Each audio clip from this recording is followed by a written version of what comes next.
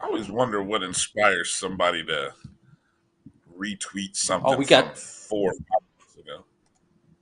we got the Nick Saban shit too. Yeah.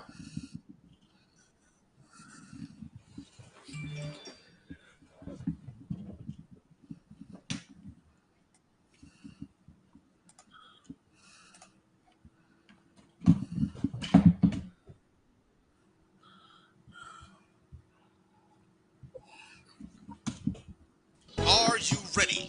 It's time. The inaugural Urban NerdCon is coming to Montgomery, Alabama, July 29th through the 31st. Blurs, nerds, and geeks from across the universe will converge on the capital city to see celebrity guests such as The Last Dragon, Tybach, Megan Tandy, and voice actor Dave Fennoy. Hey, how you doing? I'm voice actor Dave Fennoy with a shout out to all my geeks, freaks, and urban nerds. Just want to let you know I'm going to be there and I want to meet you at the Urban NerdCon Gaming and Cosplay event. It's happening July 29th through the 31st in Montgomery, Alabama. Hope you want to meet me as much as I want to meet you. So join us by visiting theurbannerdcon.net for ticket and vendor information. This will be the premier blurred event in the universe. Theurbannerdcon.net. Our heroes, our villains, our stories, everyone's con. See you there.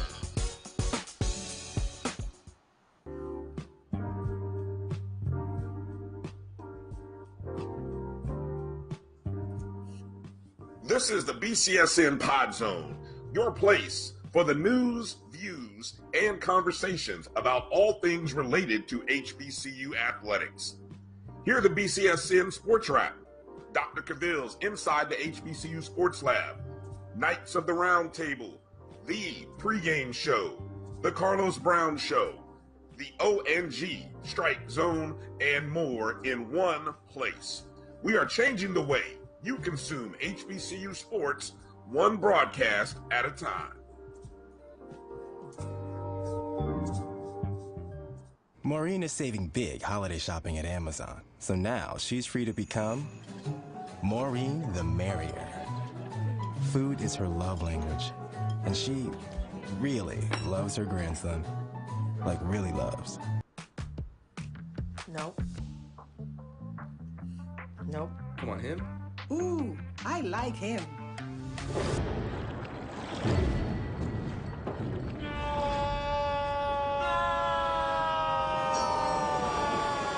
Quick, the quicker picker-upper. Bounty picks up messes quicker, and each sheet is 2 times more absorbent, so you can use less. He's an 8. He's a 9. Bounty, the quicker picker-upper.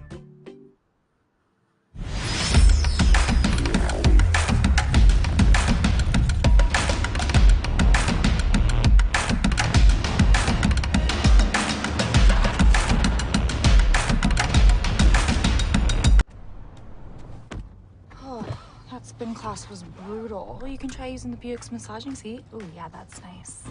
Can I use Apple CarPlay to put some music on? Sure, it's wireless. Pick something we all like. Okay, hold on. What's your Buick's Wi-Fi password? Buick Envision 2021. Oh, you should pick something stronger. That's really predictable. That's a really tight spot. Don't worry, I used to hate parallel parking. Me too. Hey. Really outdid yourself. Yes, we did. The all-new Buick Envision, an SUV built around you, all of you. You see, Head & Shoulders has scalp shield technology, protects against flakes, even between washes. It's never not working. Kind of like us. Number 15? Never not working! I don't like this one. Me neither. Let's get out of here. Head & Shoulders scalp shield, never not working. Are you ready? It's time. The inaugural Urban NerdCon is coming to Montgomery, Alabama, July 29th through the 31st. Blurs, nerds, and geeks from across the universe will converge on the capital city to see celebrity guests You ready, bro? such as The Last Dragon, Tybach, Megan Tandy, and voice actor Dave Fennoy. Hey, how you doing? I'm voice actor Dave Fennoy with a shout out to all my geeks, freaks, and urban nerds. Just want to let you know I'm going to be there and I want to meet you at the Urban NerdCon Gaming and Cosplay event. It's happening July 29th through the 31st in Montgomery, Alabama. Hope you want to meet me as much as I want to meet you. So join us by visiting theurbannerdcon.net for ticket and vendor information. This will be the premier blurred event in the universe. Theurbannerdcon.net. Our heroes, our villains, our stories, everyone's con. See you there.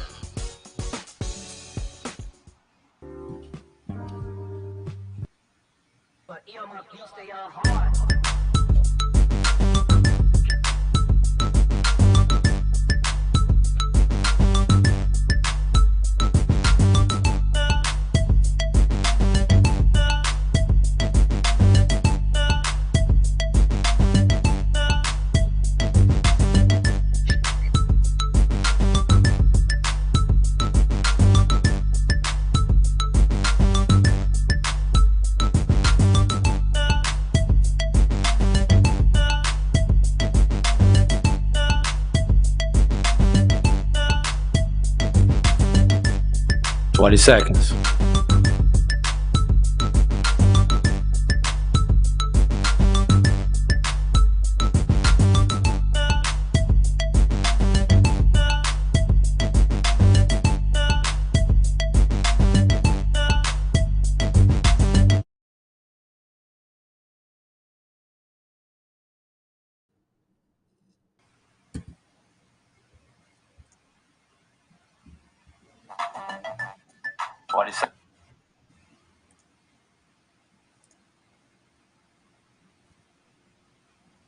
We live.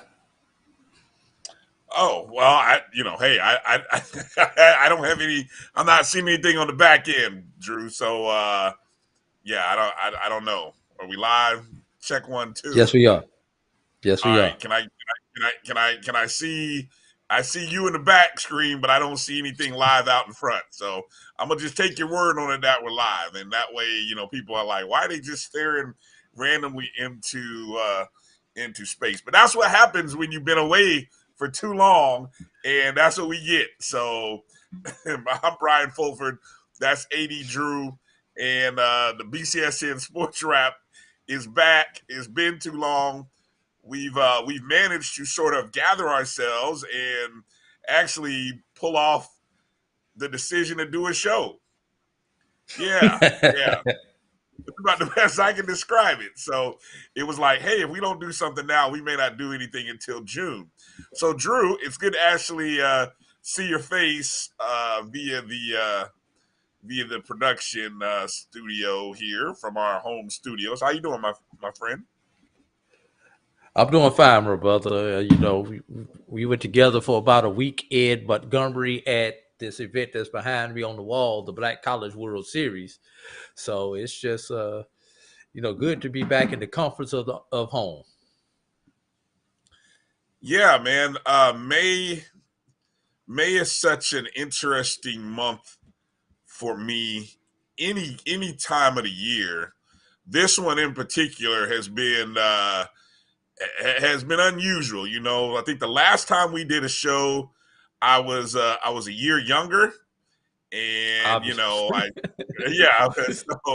you go through a new birthday, you go through the first Mother's Day without your moms, and you just go through all of that stuff. You do the Black College World Series. You're just watching things from an outside perspective. If you're an educator like we are, you're wrapping up the end of the year with just the daily task. Yeah, with all the daily tasks and chores that come with that, and somehow we managed to do shows. We managed to do some broadcast, and shout out to everybody who is a part of the BCSN family, the team, as we like to say, that help makes it possible. This definitely it's not a 1-man, 2-man gig, thankfully. So I know that not only makes myself, makes my good friend Roy Evans happy, and it's got to be fulfilling and rewarding for you as well. You've been on this journey a long time as well. So shout out Not as to long as you have, though.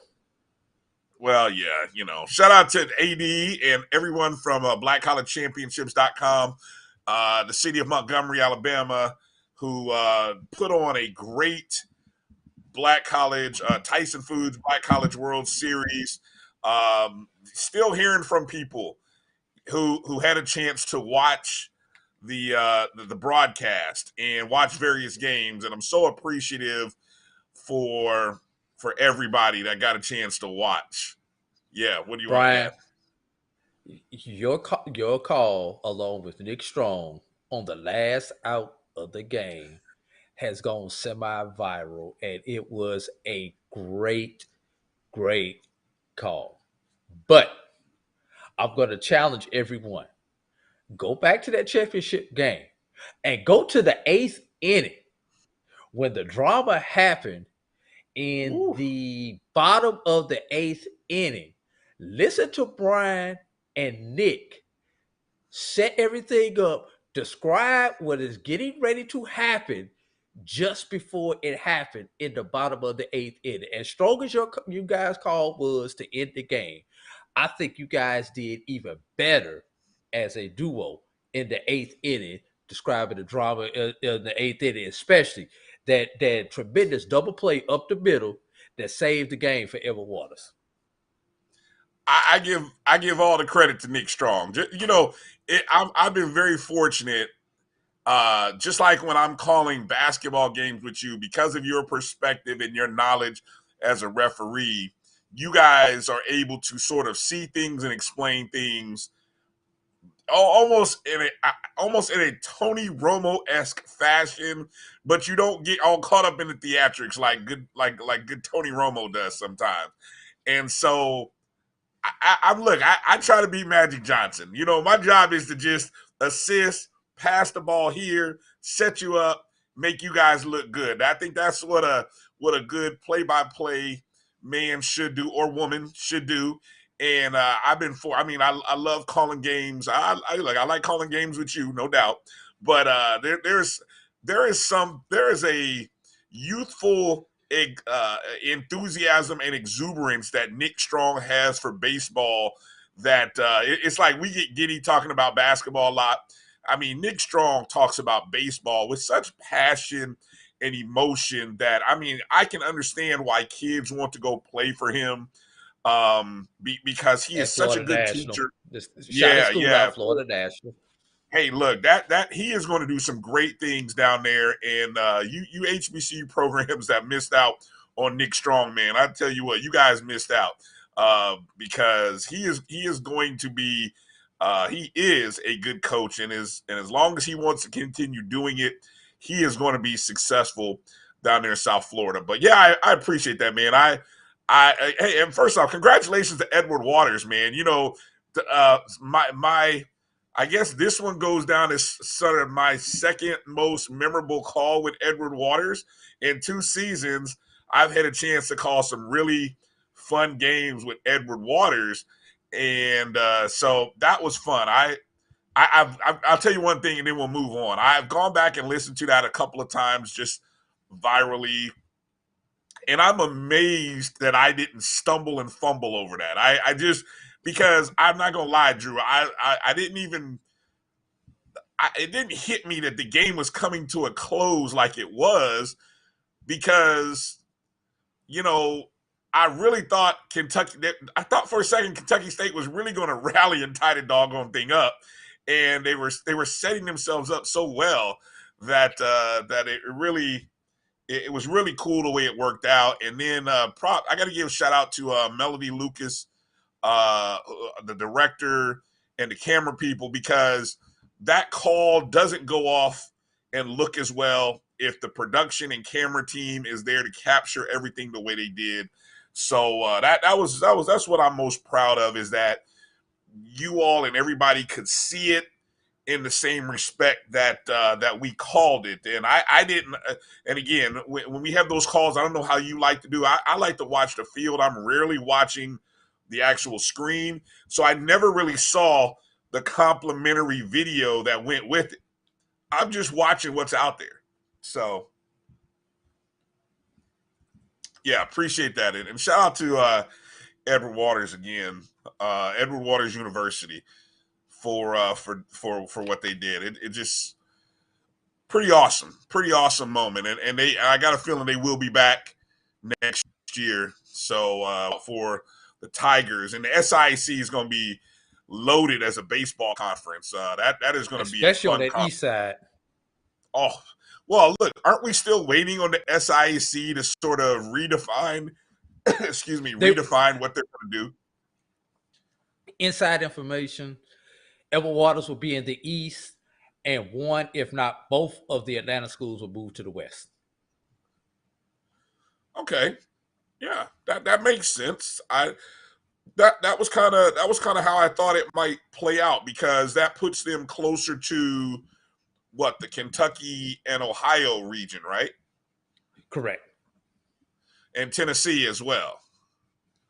Yes. And of course, you got the Alabama schools. Alabama's. Yeah, it just makes sense. So now with 13 schools, so what is SIC going to become? What, seven in the West, 6 in the East? Is that how? That's what they got to figure out, which side is going to be odd. That's why I say one, if not two, Atlanta schools may move over. Does it make sense, Drew, for them to even have divisions per se? I mean, obviously with scheduling, you could still schedule East and West, but in terms of playoff standings, does it even make sense to still do the whole East and West thing? Well, in baseball, they eliminated the divisions this year, and it was kind of I thought it was a good thing. Everyone played everyone in baseball this particular year.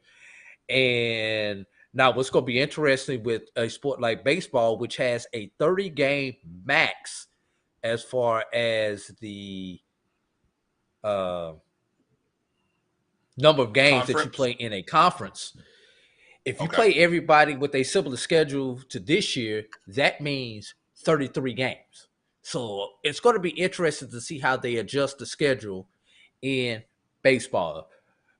Basketball, you can keep the divisional format. Obviously, football, you're going to have to keep the divisional format and figure out how many times teams will cross over. But for baseball, what they did this year will not work, because that would be 33, not 30. So they're going to have to figure out some way to do it.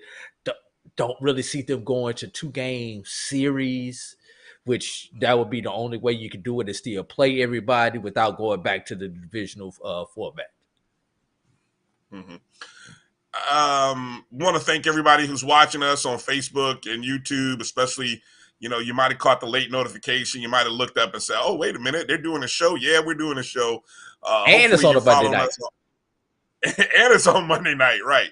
So we appreciate you. Make sure you're following us on Facebook, Twitter, and Instagram at MyBCSN1, the number 1. Go download the Jericho Broadcast Network's app. MyJBN or MyBCSN is where you can find it on the Google or Apple Play Store. And if you're wherever you're watching us, go and hit that thumbs up button on YouTube or on Facebook. It helps us out. And, I want to encourage people, those of you who have listened to the podcast on the BCSN Pod Zone, we really appreciate it. Wherever you're listening to, Spotify, Apple, Google, Breaker, Radio Public, wherever you're listening, iHeart, you can rate, you can give a review, give a rating for the BCSN Pod Zone. Please do that. 5 stars is great, but, hey, if you don't feel we're a 5-star, if all the shows that you listen to aren't 5-star worthy, then don't leave a review. But if you love any one of the 2, 3, 4 shows that come across the Pod Zone, give it a rating, give it a 5-star rating on whatever platform, and that just helps out. It helps us out on the back end. So we really like to try to increase that in those numbers. Coming up a little bit later, we're going to talk to Charles Edmond, who is actually finishing up a show that he's doing right now with Coach McNair, Fred McNair. Of course, Charles Edmond of the Alcorn Sports Radio Network. He did the play-by-play for the SWAC softball tournament, part of the SWAC Digital Network. He will be doing play-by-play for the baseball tournament, which begins Wednesday morning. So we get a chance to talk to Charles and get a little preview of the SWAC tournament. Drew, let's talk. Let's kind of wrap up a little conversation with some takeaways from the Black College World Series. I know Black College Nines just dropped their final. I believe they dropped the top 10 poll which is final now for the small division. And Correct. and then they I saw Michael Coker just dropped a superlatives article, so we can kind of plow through that for a quick second if you want. But just to recap the top 10 in the small school division. Now, this is all based on results of not only the Black College World Series and the voting, but Edward Waters University. I got to tell them to change that. They got college on here. Edward Waters University, number 1 team. They're the HBCU national champs. Excuse me. Kentucky State finishes at 2. Albany State finishes at 3. Savannah State, the disappointment that we didn't get to see Savannah State, but, things happen. They finished 4. West Virginia State, there's a team that probably just missed out on getting an invite. They finish at 5. Florida Memorial. West Virginia State would have been there were it not for their conference tournament that overlapped the Tyson Foods Black College World Series. Oh, good to know. Good to know. Yeah. Florida Memorial 6. I thought that was the team that was the most surprising outcome that that's the team I thought, if it wasn't Edward Waters, that was the team that I thought after day 1 was going to have the best shot at winning. Prior to that epic 9-8 game that Edward Waters beat them in. Miles comes in at 7, Rust 8, Payne 9, Bluefield State University. I guess we have to clarify that too, right? Soon to be University, not University until July 1. Oh, okay. Bluefield State University. And I saw your tweet. You had tweeted out something about was there going to be 2 Bluefield universities out there? And thankfully, Chris in the same city. Yeah, are they in the same city? Really? Yes, they are in the same city. Wow. They're Bluefield. I think it's Bluefield, Virginia, Bluefield, West Virginia, but they're right there on the line or something like that. It's weird how they do it. One was college, one was university, but Bluefield University is not state. Bluefield State is state, and they're like so many of our HBCUs, literally across the street from each other. Well, Florida State, FAMU. You understand how that works. Back in the day, obviously, you weren't letting black folks go to school with white folks. There was some type of natural dividing line. The river, the railroad track, or the graveyard. Exactly, something. So yeah, that's interesting. June or July 1? Which one? July 1. July 1. They will be Bluefield State University, BSU, Big Blue. Man, they are moving, aren't they? And didn't I read something about them looking to change conferences too? They've been exploring the CIAA for the last couple of years, trying to get into the CIAA. Obviously, with the rumors that someone from the CIAA was seeking to move up to the MEAC, Bluefield was a natural fit. Geographically they fit perfectly into the CIAA.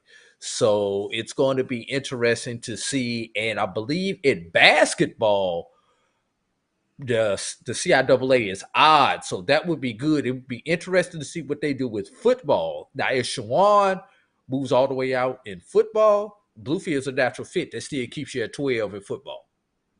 But you remember, basketball, they only have 11. Right. Okay.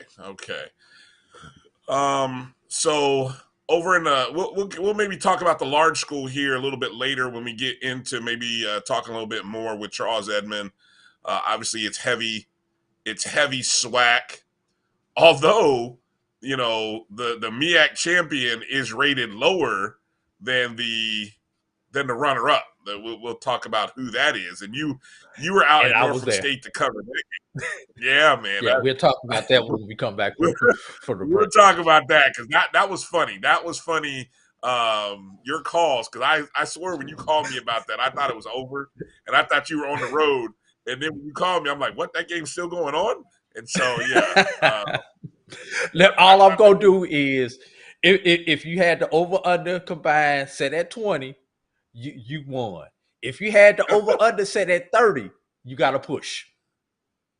Right. I'm all for more betting options in college baseball, please.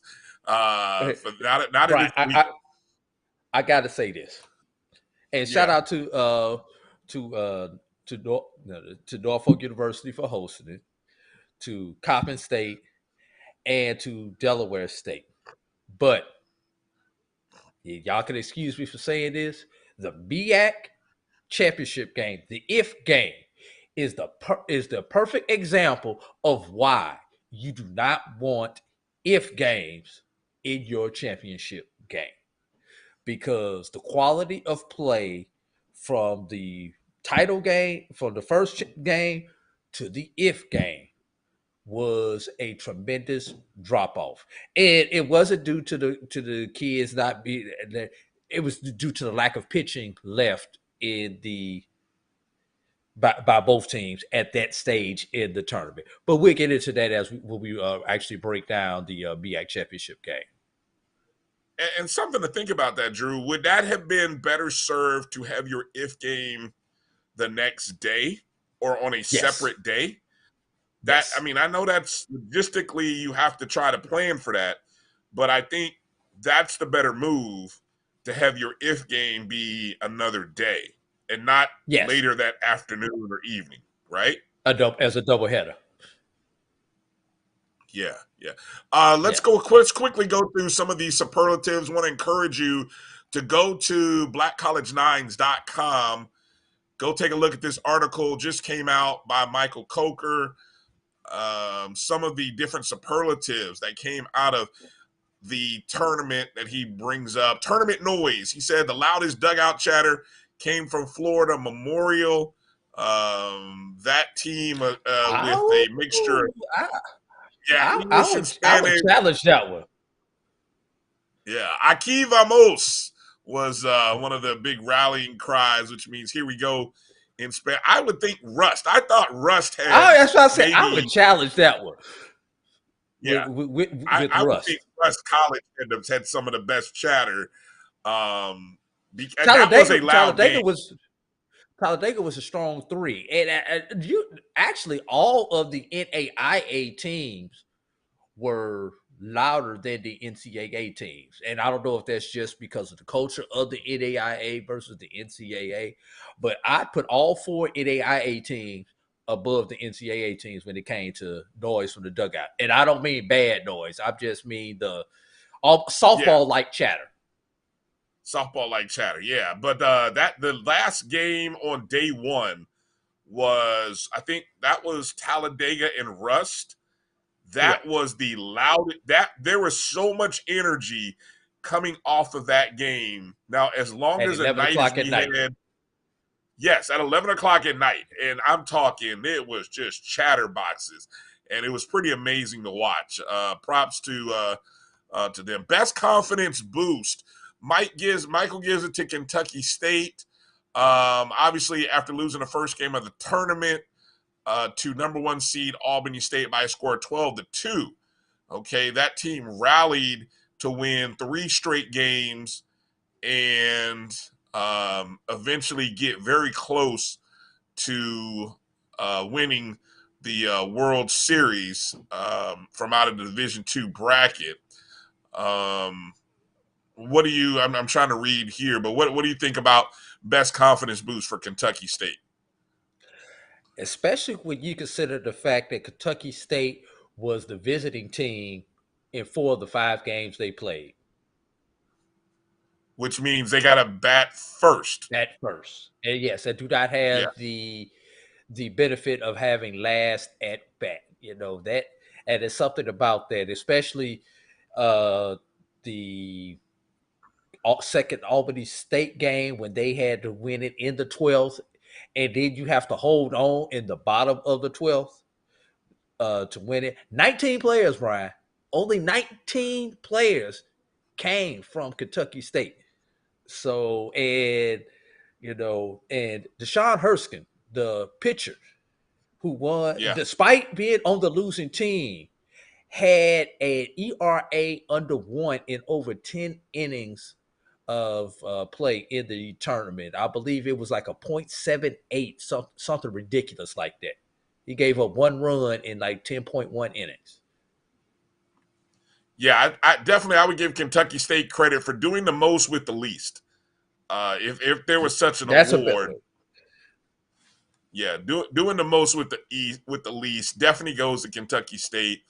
I didn't get a chance. There's a great article by Coach Rob Henry from the Coaches Box, which also is on blackcollege9s.com. I didn't get a chance to read all of it, but I started reading it while I was at school, and then of course as things go, you get pulled away to do other stuff and get distracted. But I do plan on going back and reading because I'm real curious about some of the decisions that he made, and like I said, when you're in the fire, it's always interesting to hear how coaches process things as they're seeing them. So I look forward to going back and reading his thoughts. Best game, Florida Memorial versus Edward Waters. I think we'd have to say 2, not 1, but 2. And now this is the game that started 2 hours late, started at 9:55 Central Time, and ended at 1:30 a.m. Central Time, which for 2 Florida schools, that means the game did not end until 2:30 in the morning. Loser go home, and it was a 9-8 game. I don't know, Drew. You give me something that topped that one. Russ Talladega on day 2. Oh, yeah. Which was an elimination game, which Okay. was won on a walk-off single. Okay. So I'm putting that one above that game, and just below that game has to be the 5-4 victory by Kentucky State with Thompson's hitting a home run in the 12th inning. That game would be the top of the 12th. That game would be just below that. And honestly, the championship game would probably be number 4 on my list, despite because it was good. It was a great game, but it was, I don't know if the bats were tired or the pitcher was that good, but it was a 3-2 game where hits were a premium in the championship game. Which was surprising we all expected it to be a 20-run game. Yes. Yes. We all expected runs, and then what do you know, we get a pitching duel, and it's just like, are you kidding me? It was a classic. A classic. I'm like, are you guys really going to give us a pitching duel in the championship when we've been watching runs galore here over the last 3 to 4 games leading up to it? Last 2 superlatives, best single game performance by a player. Edward Waters 9-6 win over Rust in day 1. Keelan Washington went 3 for 4. The 3 hits included a double, triple, and 4 runs batted in. I'll tell you what, I will throw in a shot for, I think, Axel Gomez of Florida Memorial. He was like 4 for 6, and this might have been in the game where they beat Edward Waters 14-1. But in one of those games, he was 4 for 6, had like 4 or 5 RBIs. He had a pretty good game that day, if I recall. And then there were some performances by Miles. I'd have to really go back. That's interesting that he gave it to. That's early on, too. Edward Waters, that was game number 1, day 1, that Washington did that. Any game performances stand out for you?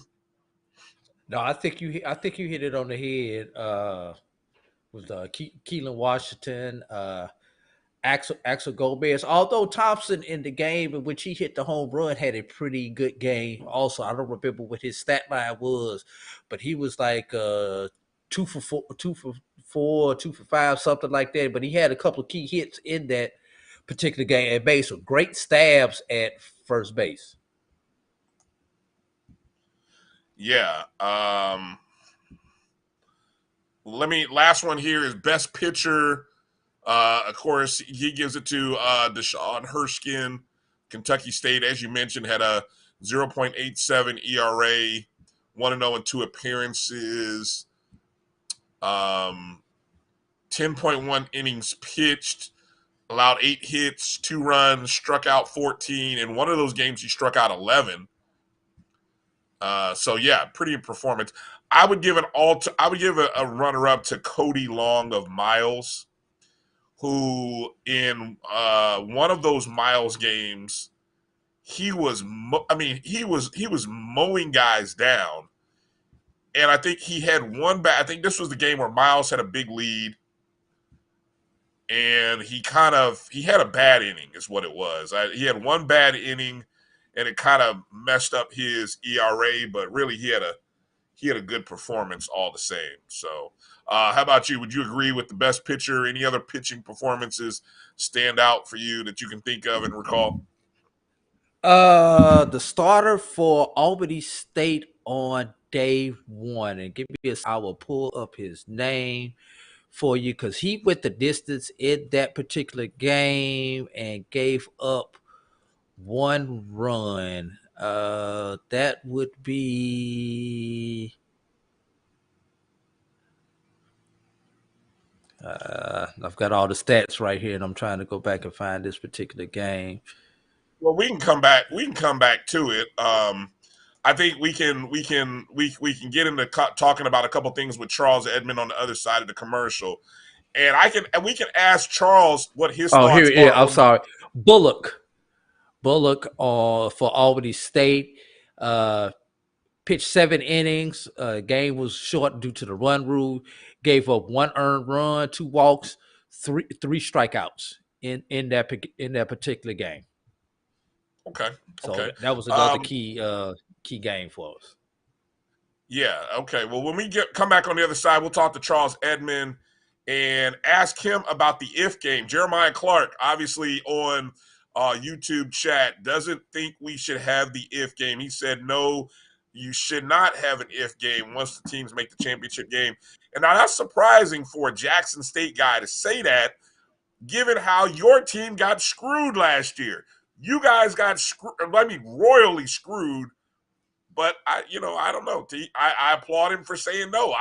To me, after we got screwed with the no if game last year, I'd be 38 mad. I'd want the if game because you played a perfect conference season, perfect tournament. You get to 1 game, 1 play, and you're done, and no NCAA tournament. Anyway, let's talk to Charles Edmond on the other side of the break. You're watching the BCSN SportsWrap with Bryan and AD. We'll be back. It's so long, you forgot what we're doing. I totally forgot. I'm taking all the way. I'm taking all the way. I'm gonna be a team player and get on base by any means necessary. The 3-1 pitch. Oh my goodness! Oh wow! Right. Washington's going to settle. He says he has it. The ball is going to land in his glove, and that is the ball game.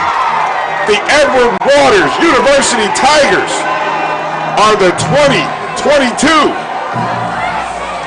Tyson Foods Black College World Series champions and the HBCU National Champions.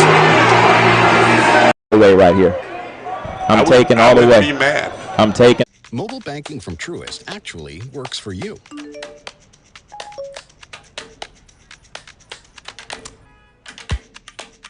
It gives you simple, smart, personalized insights to keep you 1 step ahead. Because we think that's the kind of control you deserve over your money.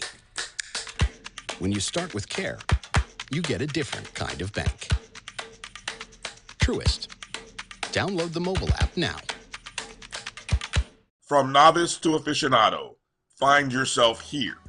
High quality cigars plus personal customer service. Slow Burn is Waco's only mobile cigar lounge, featuring a meticulous, curated collection of premium cigars.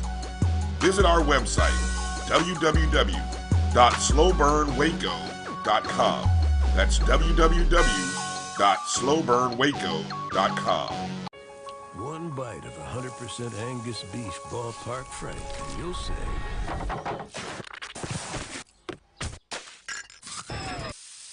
hello, summer. Oh yeah, it's ballpark season.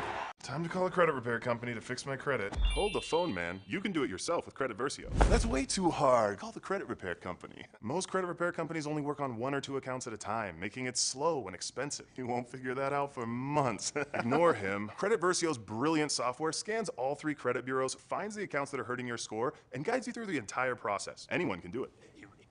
Let's fast forward and see the results. Wow, I fixed my own credit and saved hundreds. You can do this. Visit creditversio.com.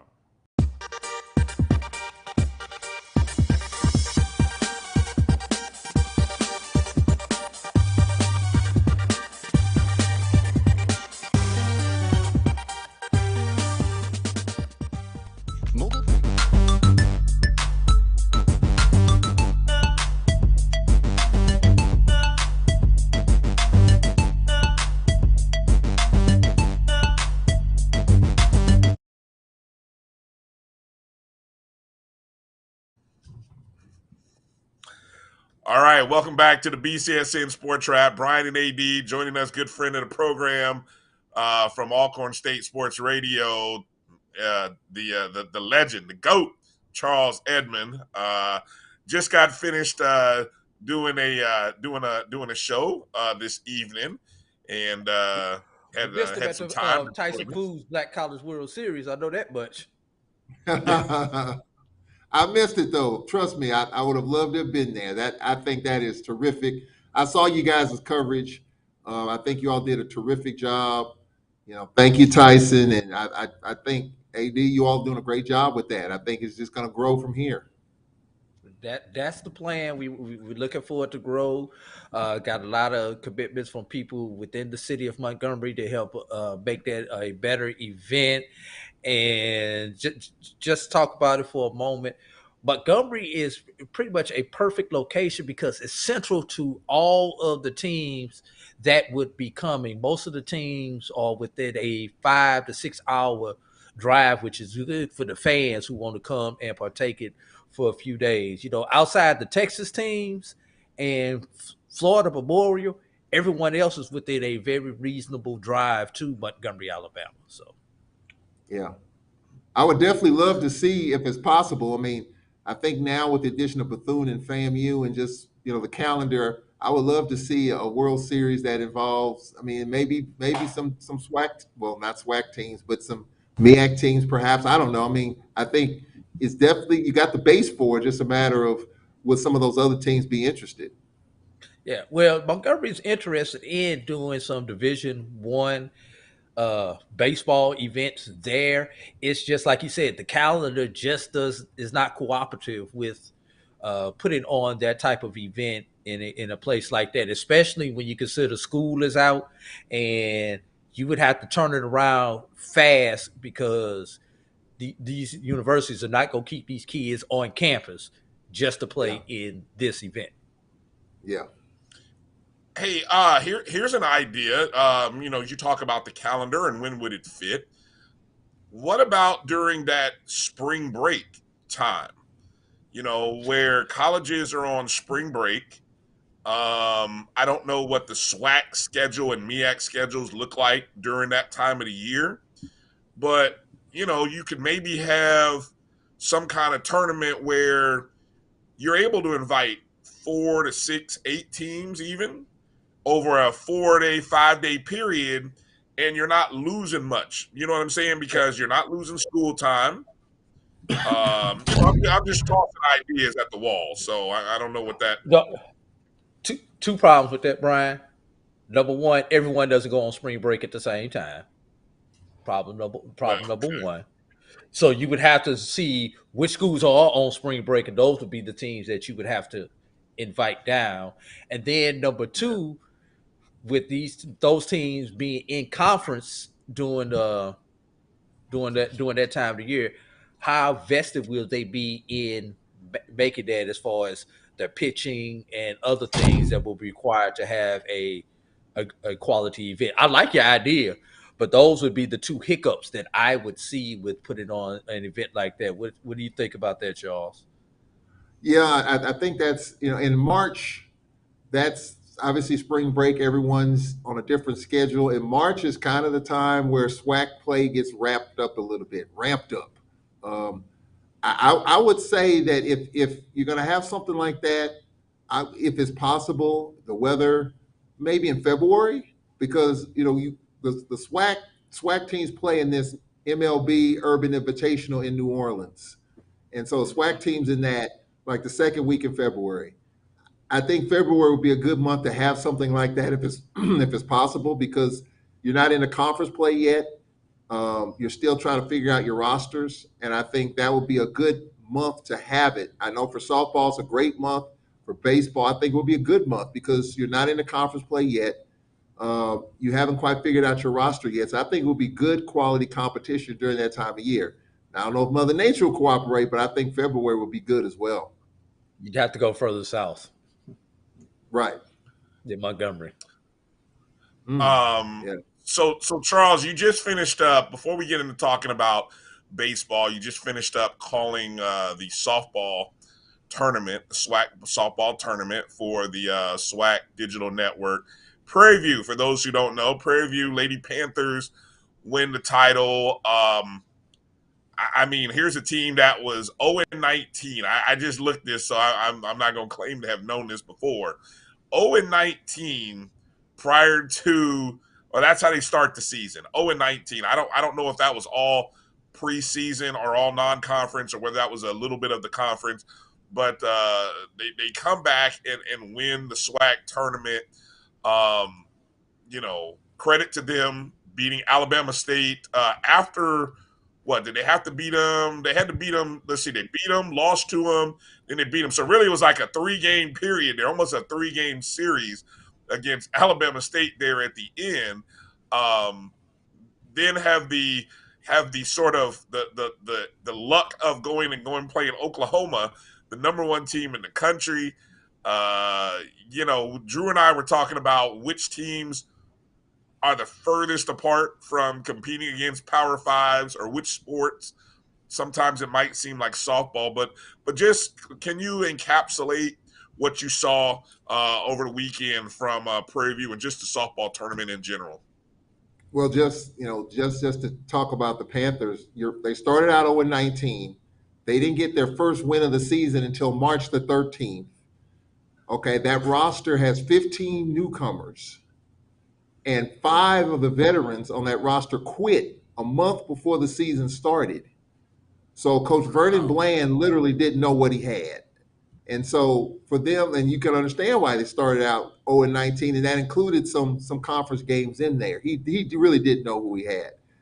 But they kind of turned things around in the series against Alcorn, in which they won 2 out of 3, and then they kind of got going.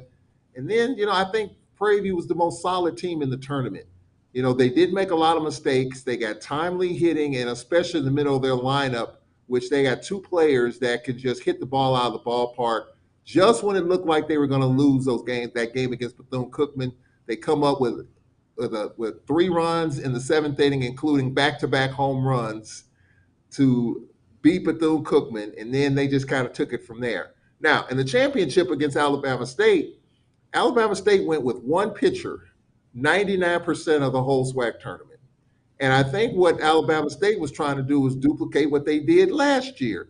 Last year, they had a pitcher by the name of Skylar Sullivan, who pitched the entire SWAC softball tournament, every pitch of every game, and it worked. They were trying to do the same thing with a lady by the name of Bailey Greenlee, and Bailey Greenlee didn't have the stuff down the stretch. Prairie View got to her, a pinch hitter came up and hit a grand slam, and that was basically it. Bama State is one of those teams in which they can't win scoring 5, 6, 7 runs. They have the pitching where they want to beat you 3-2. So when that grand slam was hit, it was 8-0. It was over at that point, basically. So Prairie View was the most consistent team down the stretch. They had enough pitching and just enough hitting, and Bama State just didn't have the bats. And I think their number 1 pitcher, their only pitcher, just didn't have it after pitching every game with the exception of 3 innings in the whole SWAC tournament, and that caught up with them. Now, that is an if game scenario on display. Why can't the SWAC do this in baseball? Why?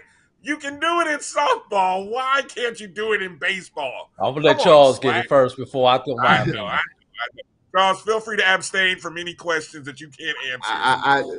To answer that question, I don't know. Because for the first, Alcorn made it to the championship bracket last year against Bama State and had to come back and play that second game, which they ran out of gas as well. But it has been talked about amongst the softball coaches, why not use that if game for another day? And then you've got that. That's a true double elimination tournament in softball. That's truly the way it's supposed to work. In baseball, I don't think there's the oxygen to do that right now. Now, you've got some new coaches in there. You've got our coach, Reggie Williams. I do think there might be a little bit of a push, but then you got to adjust the tournament just a little bit. And I don't know if that's going to happen right now, but I do think there's going to be more of a conversation on it going forward. Go ahead, Drew. Number one, 4 letters will stop the SWAC from having an if game.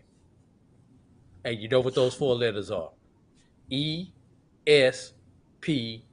They want the championship game on the Big Boy Network, and they're not going to get that coverage with an if game. Number one. Number I got two. 5 letters. G. Go ahead. Number 2 on that. Did you see the BCSN if game this weekend that I was at? All 30 runs. All 4 hours and 32 minutes of it that I saw. Case number 2. Bryan, these teams don't have the arms. You got to think about it. Those BCSN teams this year were used to playing 4 games in 3 days because they play 4-game series. These SWAC teams are used to playing 3 games in 3 days. Now you're going to ask me, I'm used to playing, my pitching is set to play 3 games in 3 days. You're asking me to play 5 games in 3 days or 4 days, 5 games in 6 days, whatever it would take to get to that if game. So you're basically asking me to double my output with the same amount of arms. The quality of the game will go down just based on that in baseball. Softball, the pitching is not as demanding on the student athlete as it is in baseball. And I will make this. I'll make this prediction. I've said it on Carlos Brown's show for weeks. Based on what I saw this past weekend, this year's SWAC baseball tournament might be the highest scoring tournament we've ever seen. Period. Jackson State can score runs, Southern can score runs, and if you can get into those teams pitching, there's no telling how many runs you can score. And I think you're going to see that probably starting Thursday with the second round of games, and then into Friday, you're going to see a whole bunch of high scoring. And I think you're going to see it for the first game, Jackson State Southern, Wednesday at 3 o'clock. You're going to see that. I think that's going to be a slugfest. I think you're going to see a ton of runs scored all weekend. The only thing that might slow it down is the weather. There's rain and forecast Wednesday and Thursday. That might slow it down a little. But other than that, I do think there's going to be a lot of runs scored. So that, to your point, you talk about arms. I think there's only a couple of teams that really have the depth and that can slow you down. I think one of them is Alabama State. I think Coach Vasquez, took the Melendez playbook. He was at Bethune-Cookman. He wants to beat you 2-1. His teams don't like to score a lot of runs because they feel like their pitching can stop you. That's one team, and maybe Bethune or FAMU might be another team that I think can slow you down a little bit in terms of pitching. Charles, before I turn it back over to Bryan, you think a lot of runs will be scored. Is that because of the lack of pitching or the depth of the hitting? Which one do you attribute it to more? I think it's the lack of pitching, especially once you get into your third starter, or your third substitution in the bullpen. Let's just say Jackson State Southern, for example. Your starter goes 2 innings, 3 innings. Then your second guy goes 2 innings. So now you're going into your third pitcher day 1. now your whole plan changes because you don't have a lot of arms to begin with. Teams like to score a lot of runs and just will you to death in terms of beating the life out of you. That's what teams like. That's what Jackson State did last year. They could score as many runs as you want to score. They were up 13-1 last year on Grambling. They lost the league, and everybody thought Grambling had them. And I said, no, sir. Jackson's going to find a way to win this game because they can score as many runs as they need. Their pitching couldn't hold up, but they can score a ton of runs.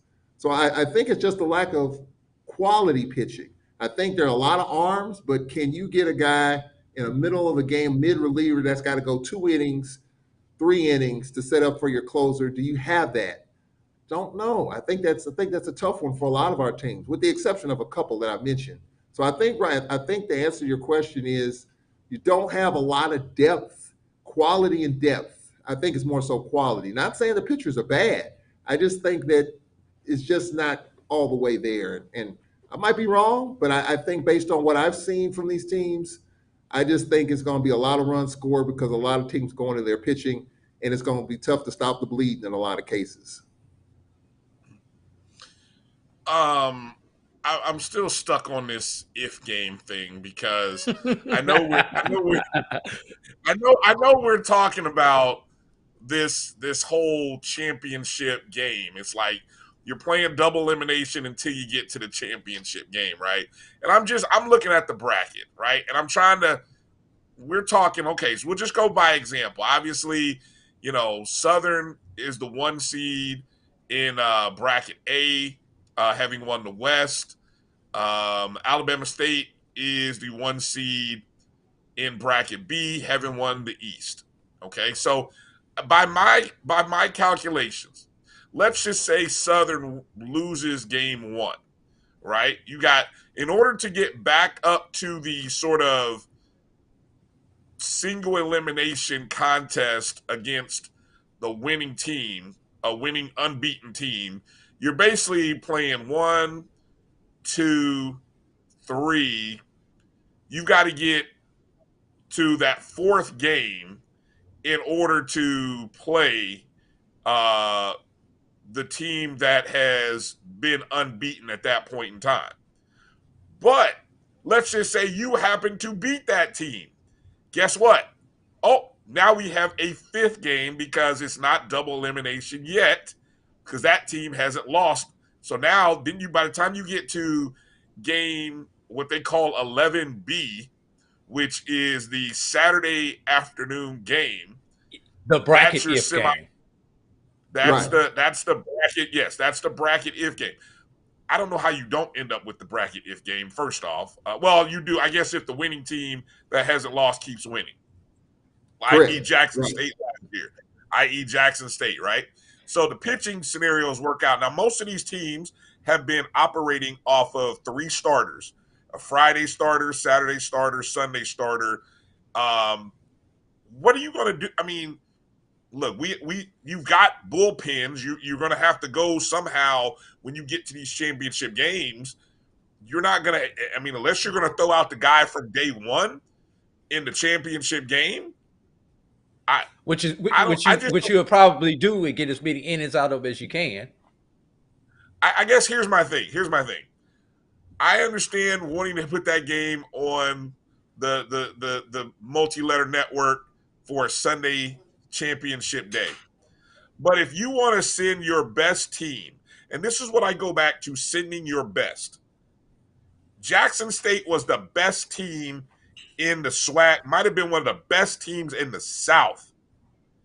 You mean to tell me that they were robbed of that opportunity because we didn't have a true format? Because we just wanted to put it on ESPN? Really? You couldn't have had, so what? Why is it? You got your own digital network. We're not going to get into the whole discussion about your own television networks and digital, but so what? It's on ESPN. So what? Do what's best for the best team in your league. I'm sorry. I know Jeremiah Clark is, and Charles, you'll never hear me advocate for Jackson State ever again. Jeremiah Clark used to be on my side. You beat me up in the chat room, Jeremiah. I'm advocating for your school. Charles, help me. I don't know. You're probably like, Brian, I'm beating a dead horse, but.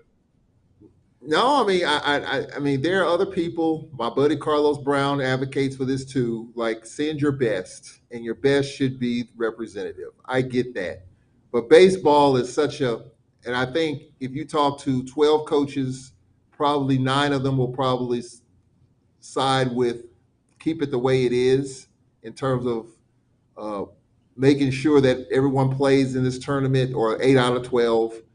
There's going to be probably 3. I would say 2/3 would say keep it the way it is. Probably a fourth would say send your best. But we have to do better though during the regular season in order for that to happen as well. We got to win some games during the midweeks, because our case is hard to make our case when we're beating up on each other.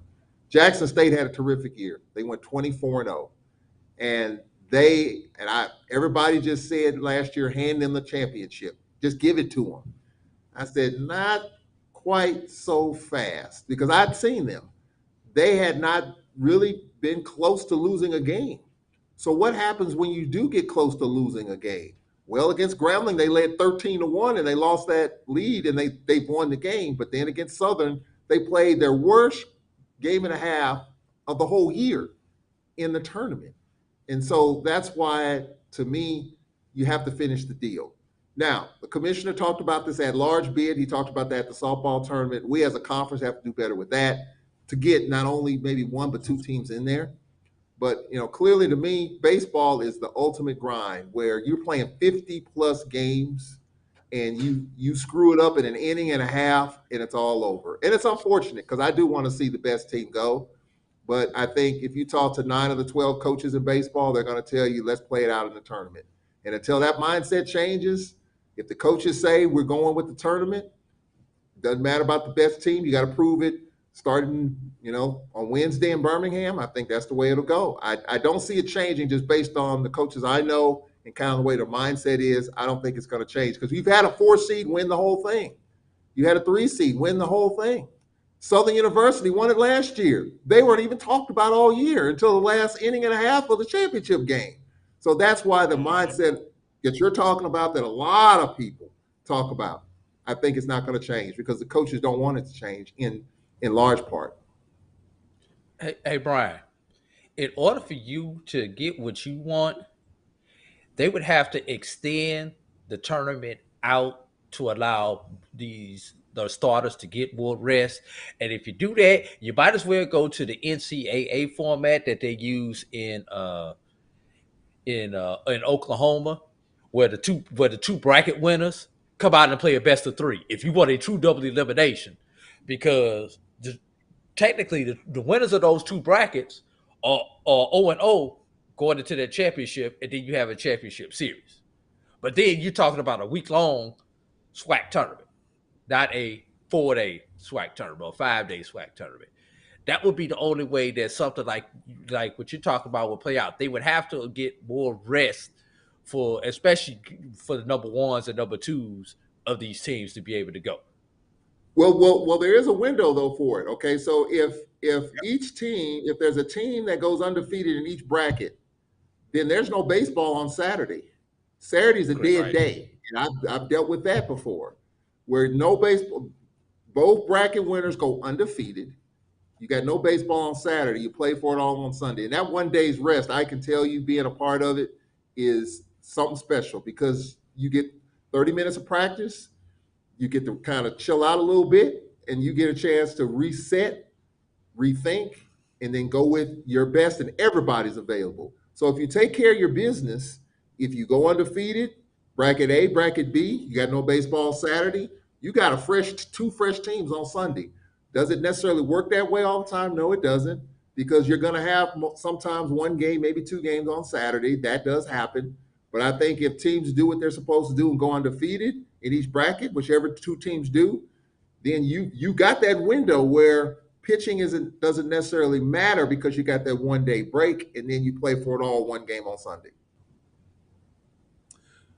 Okay, so moving off of the if game topic, let's talk about the other hot topic that I think is real interesting when you get to the SWAC tournament, is that you have teams from the East playing teams from the West, and they haven't played each other during the regular season.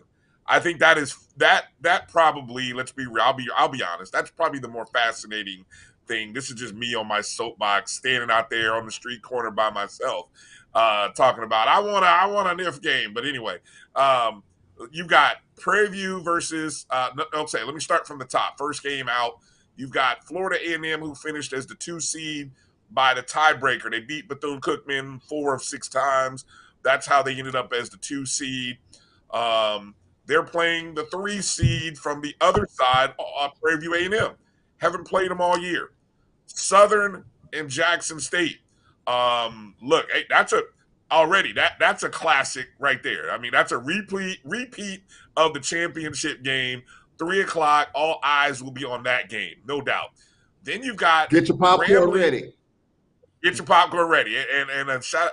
You know, the schedulers should have made that the last game of the day. But anyway, I mean, be real. That should have been the last game. With all respect to Alabama State, that should have been the last game of day one. Then you've got on the other side, you've got Grambling and Bethune. Again, have not played each other. And then you have Alabama State, Texas Southern, East versus West matchup. What's your as much as you can analyze these matchups, Charles? What's your thought on these matchups and just that whole concept of SWAC East playing SWAC West, and you never played them during the regular season? Well, I've talked to some of the coaches about that. The Alabama State, Texas Southern, they're not going to see each other during the regular year. There's no incentive to play. Money, finances play a part in it. I mean, you could play probably midway point between Montgomery and Houston, but financially it probably won't happen. It probably doesn't make sense to either one. So to answer that question, in softball, they used to have what was called the softball roundup, and that was played in Hattiesburg, in which you had matchups against teams that you didn't necessarily play with these different divisions. That's called the SWAC softball roundup. They don't have it anymore because once Bethune FAMU came in, all that was taken away. But there's some talk about it maybe coming back. I thought of a baseball roundup where you have an Alabama State, Texas Southern during the regular season. But I think financially it probably won't happen. But you play the game at Southern, so Alabama State could get 2 games in. They could play Southern and Texas Southern at Southern, which is kind of a midpoint between the two. I'm just throwing something out there. Let's see if the spaghetti sticks to the wall.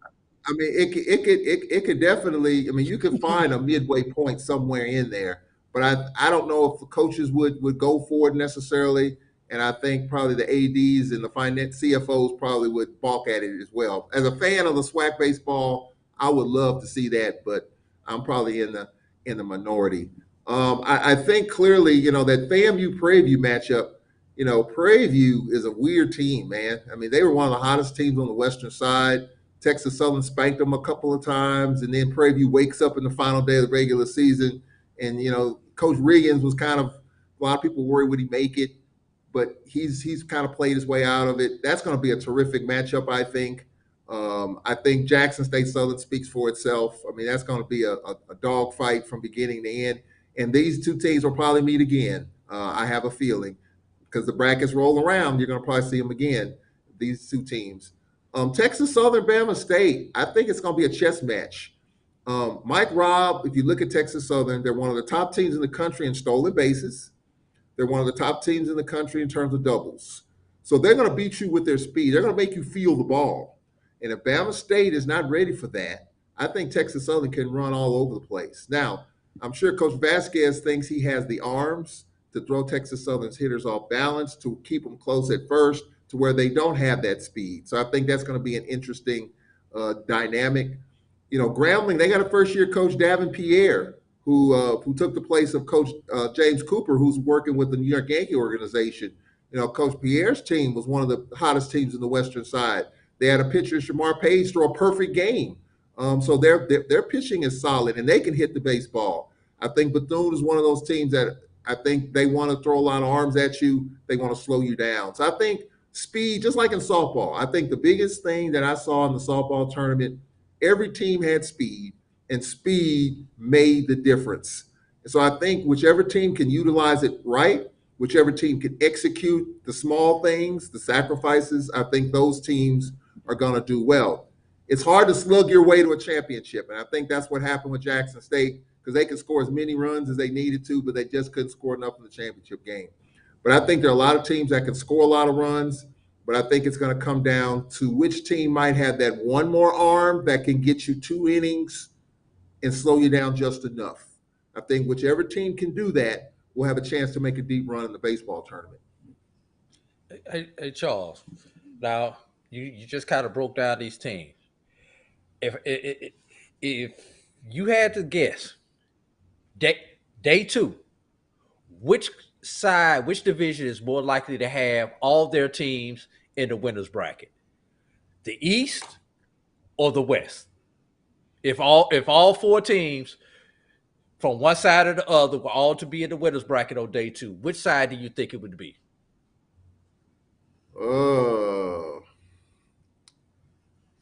It's a good question. I'm going to say the East. And I'm only going to say the East because I do think if you look at the teams in the West and the teams in the East, because of Bethune and FAMU and Bama State, I'm going to give a little bit of the edge to the East because of the pitching. I think Prairie View can score a ton of runs. Southern, I just saw them last weekend. They got some heavy hitters in the middle of the lineup. Texas Southern can use their speed. If you neutralize that, you can slow them down just a little bit. But I think as far as bats versus arms, I think the arms are on the eastern side. If I were just to take a guess and looking at the numbers and based on what I've seen with my 4 eyes, and I need more, by the way, I would say the East. I think the West is more bat heavy. I would say the East is more arm heavy. That's the way I would break that down. Now I'm gonna take that one step further. Given that scenario, you said the East. What percentage would you put on it if that actually could happen this Wednesday? Or all 4 East teams would win day 1? 10%, 5%.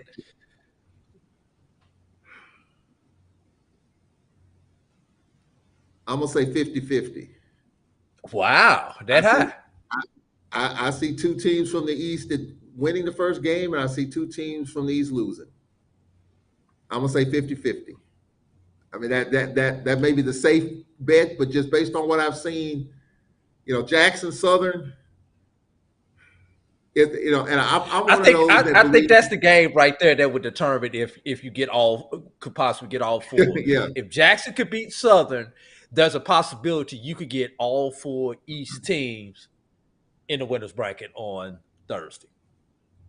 Well, Jackson State at the beginning of the year, I was wondering if they were going to make the tournament because Jackson State, their roster is totally revamped. And I think it was a struggle for them to kind of figure it out. But they're scoring a bunch of runs of late. They scored 27 against Valley. I mean, I know it's Valley and they didn't make the tournament, but Jackson State has the capability of doing that. I think what Jackson wants to do is start off fast and score a ton of runs and get in the Southern bullpen and just wear them out. I think that's what they're trying to do. But I'm gonna say 50-50. I think 2 teams from the East will win game 1 and 2 teams from the West. I'm not gonna go off. It's gonna be a 4-game sweep. I'm not gonna go 1 out of 4. I'm gonna go 50-50. That might be the safe way out, but that's the kind of way I look at it. One last thing. You talked about getting off to a fast start. One thing that we noticed, we talked about this at Tyson's Foods Black College World Series, Brian. It seemed like after day 1, the visiting team won a majority of the games. They got out to that early start in those first 2 innings, being at the top of the inning. Do you see any advantage to actually being the visiting team in this SWAC tournament, getting that first at bat versus being the home team and getting that last at bat? I don't. I think it's all kind of neutralized to me. I tell you one thing that I've noticed in the softball tournament that I think that we don't talk about enough. It's the timing of these games. I think the toughest bracket in softball and baseball, if you're in that 9 a.m., 3 p.m. bracket, okay? So you play at 9 o'clock in the morning, which is tough for anybody. It's tough for me to get up and do something that early in the morning. Right, because you're at the ballpark at 7. Bracket, that means if you lose that 9 a.m. game, you got to come back at 9 a.m. You're playing 3 straight 9 a.m. games. if you're in that 3 o'clock game and you win, the 9-3s are in the same bracket, right? So if you lose the 3 p.m. game, you're done at 6. By the time you get to the hotel and get off your feet, it's 8, 9. You got to get up at 6, 5 to get ready to play at 9 a.m. the next morning in that bracket. I think that's the toughest. One thing I noticed this year, that's the toughest bracket in either softball or baseball at 9-3. Now, the noon 6 is great because you're playing that second game at noon. You're playing the last game at 6. You don't know how these other games are going to go in front of you. You might be playing later, which is good for you. But if you're in that 9-3, that's because you know you're going to play at 9, and the game's going to start at 9, unless weather. So I think that's the toughest bracket. I think that plays a factor in a lot of this stuff too. Yeah, that's a good point. And that's the Florida A&M Prairie View matchup at 9 a.m. and then Southern Jackson State at 3. And then, like you said, the losers are playing at 9 a.m. the next morning. And then you win that game, and then you're playing at 9 a.m. the next day. So, and I specifically recall how hard that was for Albany State in the Black College World Series. By the time they got to that third 9 a.m. game, they were done. They were toast. And so you're right. It does have an effect on them. One final thing to kind of add on to, as you were talking about hitting versus pitching, I went back and looked at the numbers. Now, I don't know if you like to look at overall conference stats or whether you like to look at conference only, but it kind of falls almost identical regardless of which stats you look at, whether you look at their overall stats or their conference only stats. But the best hitting teams are all from the 3 of the top 4 are from the West: Texas Southern, Grambling, Prairie View, 1, 2, 3, and then you have Alabama State. But your 3 best pitching schools, all from the East: Bethune, Alabama State, and FAMU are 2 and 3, depending upon whether you look at overall or conference. And then you either have Jackson State on the overall, you have Prairie View on the conference only. So that right there, that's 3 games. That's 3 of those matchups. FAMU versus Prairie View A&M, pitching versus hitting. Which one do you think it favors who? Grambling versus Bethune, pitching versus hitting. Alabama State, Texas Southern, pitching versus hitting. And I say that, because that hitting can sometimes be a little flawed based on your opponent. I would say advantage pitching in the first. What's gonna be critical is the first 9.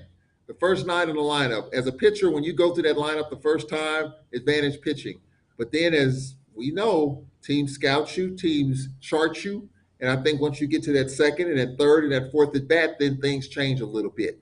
So I think what happens in the first 9, as far as the pitching is concerned, I think is really important. If that pitcher gets off to a slow start and has 4 walks in the first 9 batters, or if that pitcher has 4 strikeouts in the first 9 batters, clearly that pitcher has the edge. But, nerves play a factor. This is the SWAC tournament, the pressure. It's a completely different animal in the Southwestern Athletic Conference baseball tournament. I've seen it. It's just pitchers that you just think they're going to mow people down. They struggle. It's pressure. It's the postseason. You're 2 and done. Your season's over. So I think that's, teams like Jackson State, Southern, they have the experience. Bama State has the experience. Texas Southern has the experience. They've all won championships in the conference here lately. Where you're talking about Bethune and FAMU, it's going to be a different experience for them now. I mean, the difference between the MEAC and the SWAC. It's going to be interesting that first go around, that first game. But I think once they get their feet under them and they realize the energy, the difference, I think that's where pitching comes in, and that's where you have to make the adjustment. Key number you need to look at, Bryan, the number 15. Look at the pitcher's pitch count per inning. If he's averaging 15 or fewer pitches per inning, advantage pitching.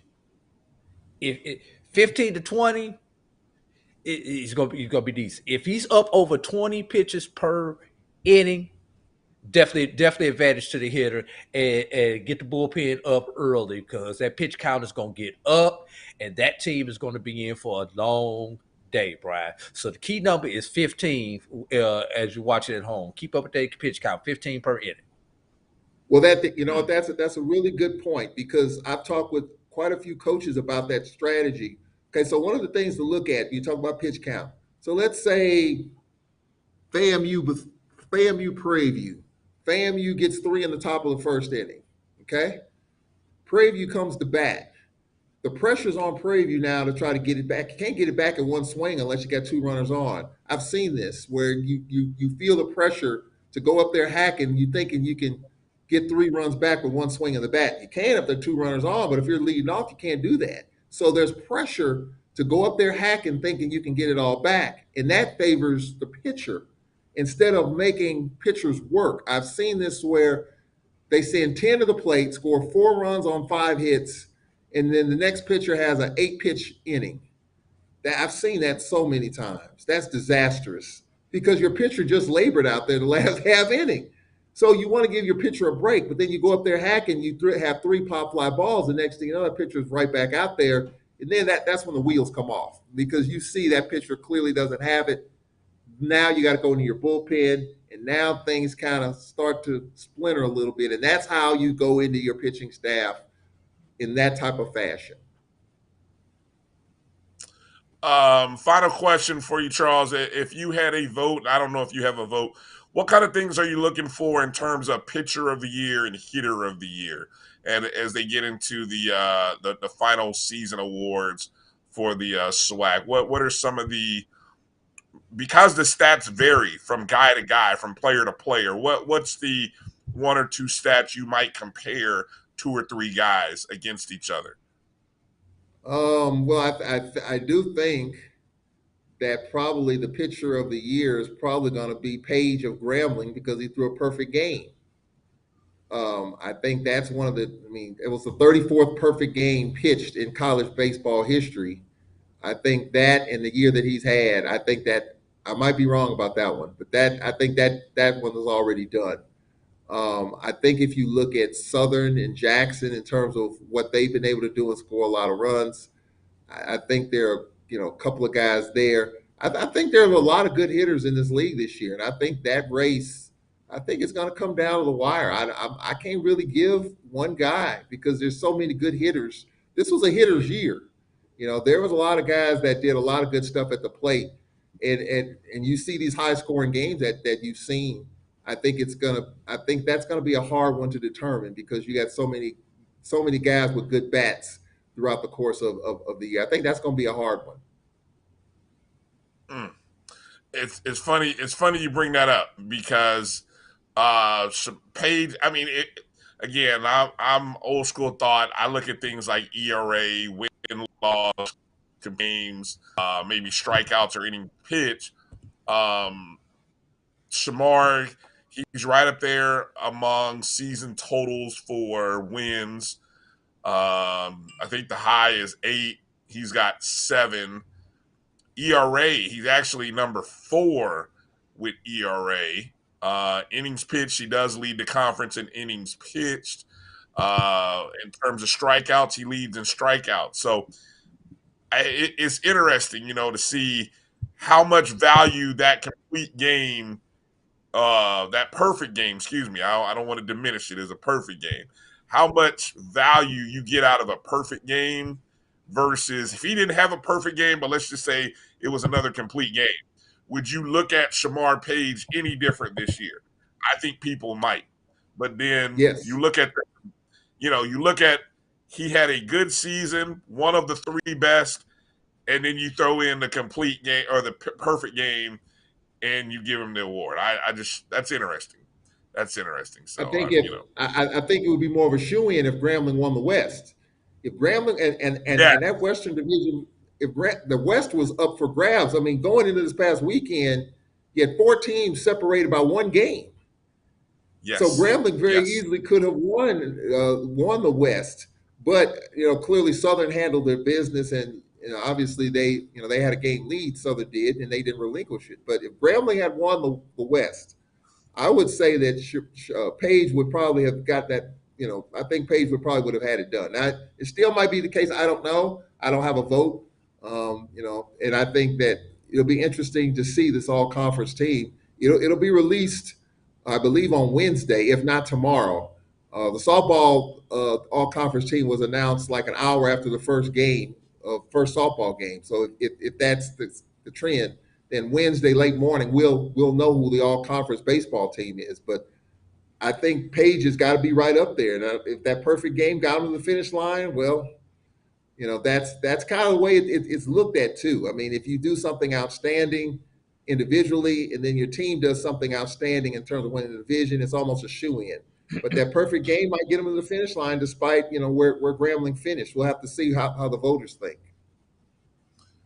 Yeah, be interesting to see. I think FAMU's Hunter Veets sits there right there at the top of a lot of those categories, obviously either ahead of Page or right behind Page. And then, of course, FAMU finished second in the East. So, yeah, it'll be interesting to see how it ends up. And then on the batting side, I think you're probably going to end up seeing the young man from Southern. It looks like, if you just go off of batting average, probably, and then the kid from Southern, Jalen Armstrong, has the top batting average, but I don't know if you necessarily go with. I mean, obviously, number one team, best hitter on the number one team. So I think that kind of speaks well for him. So, all right, Charles, are you actually calling all the games, or are you kind of like taking a break in between games? No, I think it's going to be different this time. I'm going to call some of the games. Centoria Black's going to work some of the games. Of course, Grambling is in the tournament, so he'll be doing. I'll be doing Grambling's games while Centoria does his games, and the other games will just kind of split up. I don't have my assignments quite yet, so I'll probably get that tomorrow when I get over there. The Mother Nature, the rain is coming. It's here. And I think that'll be something we'll have to be dealing with in terms of trying to get caught up. Softball, you played at the Gulfport Sportsplex, which you had 6 or 7 fields, so you can spread it out and get caught up. But with baseball, it's you're playing at Regions Park. Is there a backup? I'm sure the conference has a backup plan in case, so you don't get backed up because you got the one day Saturday. You got to try to get all these games in because the championship game's on Sunday. I think we'll get there, but it's going to be interesting to see how that's going to work. But this go around, Centoria Black will be working with me, and I'm kind of looking forward to that. I just think baseball is it's so uncertain. Jackson State last year proved you go 24-0. Does that necessarily mean you hoist the trophy at the end? I just felt like they weren't challenged, and when they were, unfortunately, in the last 2 innings of that championship game, they couldn't get there. And so that's why I love baseball, because just because you win 24-0, does that necessarily mean you're going to be hoisting that trophy? The odds are yes, but maybe not. And that's what happened with Jackson State. They just couldn't finish the deal. And I know Omar Johnson, that's probably stinging him a little bit. He has a pretty good short-term memory, though. He'll let it roll off his back, but clearly we've been talking about that for the last year because that's highly unusual to see that happen. It's like a SWAC basketball team going 18-0. If Tamika Reed's team didn't win the SWAC basketball tournament, we talking about that for the next year or two. So here it is a year later, we're talking about JSU not finishing the deal. So I do think that it's wide open. You just can't assume the top seeds are going to get there. All it takes is just 1 or 2 bad innings. You go deep into your bullpen, and then all heck breaks loose. Then you got to put it together. You got to piece it together, and that's not always easy to do for any of these teams. Regardless of what happened, Charles, I'll be there with you for the weekend at the SWAC tournament. I'll be in Birmingham on Friday, so I'll be there to join you and watch you guys. Yeah, hopefully Drew doesn't jinx you. Hopefully Drew doesn't jinx you, and you end up with the game that starts at 9:55 Central Time, Charles. PM. I heard. I was hearing your conversation. You all had some long games down there in Montgomery. Actually, it was just day 3 was the long day. The back half of day 3. Well, day 3 we started off with a 12-inning game for the first game. Second game went fine, normal time. Third game was 4 hours and 20 plus minutes. Fourth game was 3 hours and 30 minutes. Mind you, this is baseball. You can't just throw a team out there. There's a minimum of 30 minutes between all of these games. So that 4 hour and 30-minute game was 5 hours before we started that last game. So, and trust me, the grounds crew rushed to get that field done. There was very little throwing in the outfield and all that stuff, but and probably the best one of the best games was the one that no one saw the end of because everyone fell asleep. I even fell asleep, and I was at the park. I was sitting in the outfield and fell asleep, and I would hear a crack of the bat. I had no idea, Charles. When I bought my 5-hour energy, I never thought that it would run out. You're use all at 5 of them. 1 in the morning. Yeah, I needed an extra one. I needed an extra one. Did not think I'd need it, but man, I tell you so. All right, well, hey, Charles, have a good broadcast, man. We'll definitely be watching. All the games will be on the, except for the championship game, we'll be on the SWAC Digital Network. You can find that on YouTube and at Tallman Radio. Hit up Charles as you're watching the broadcast. Hit him up on Twitter, the Twitter machine. I know he'll be checking in every now and then, and maybe he'll be responding to some questions. So if you're watching the game and you got some questions, things you want to see, or you want to know about, feel free to interact with the host. He'll maybe he'll reach out and talk to you or let you know something as he's calling the game. That's always fun. So have a good time, Charles. Thanks for joining us tonight, man, and always appreciate you. All right, you guys, appreciate it. All right, Drew, let's take a break and come back and wrap up a final segment after this break. All right, you're watching the BCSN SportsWrap.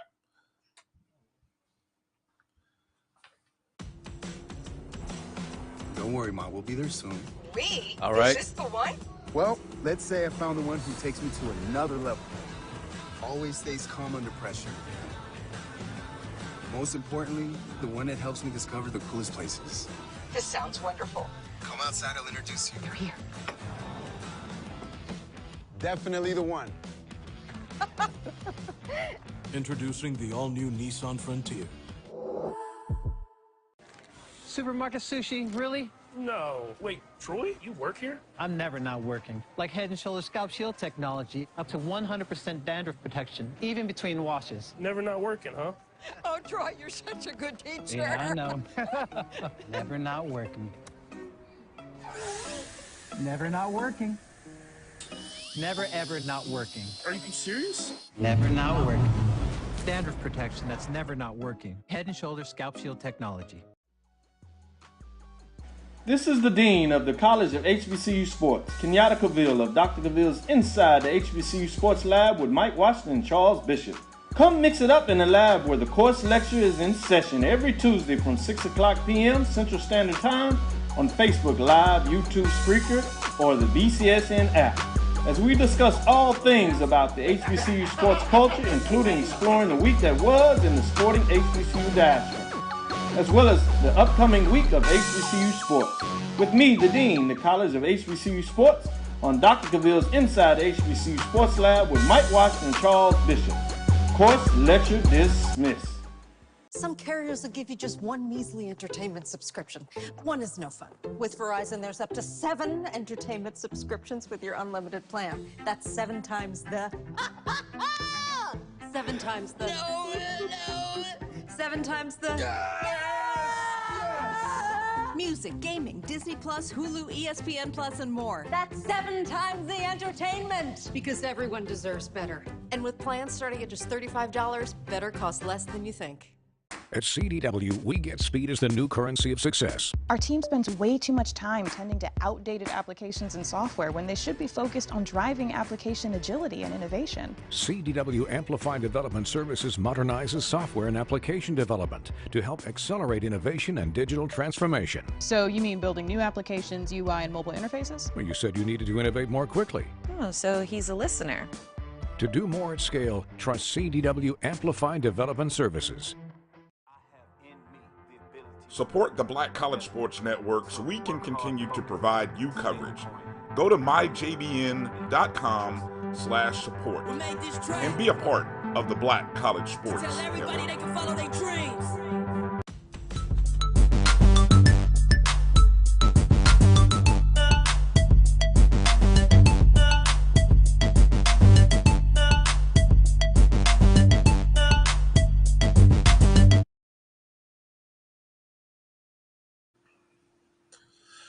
All right, thanks for joining us here on the BCSN SportsWrap. Bryan and AD, give a shout out again to our good friend Charles Edmond.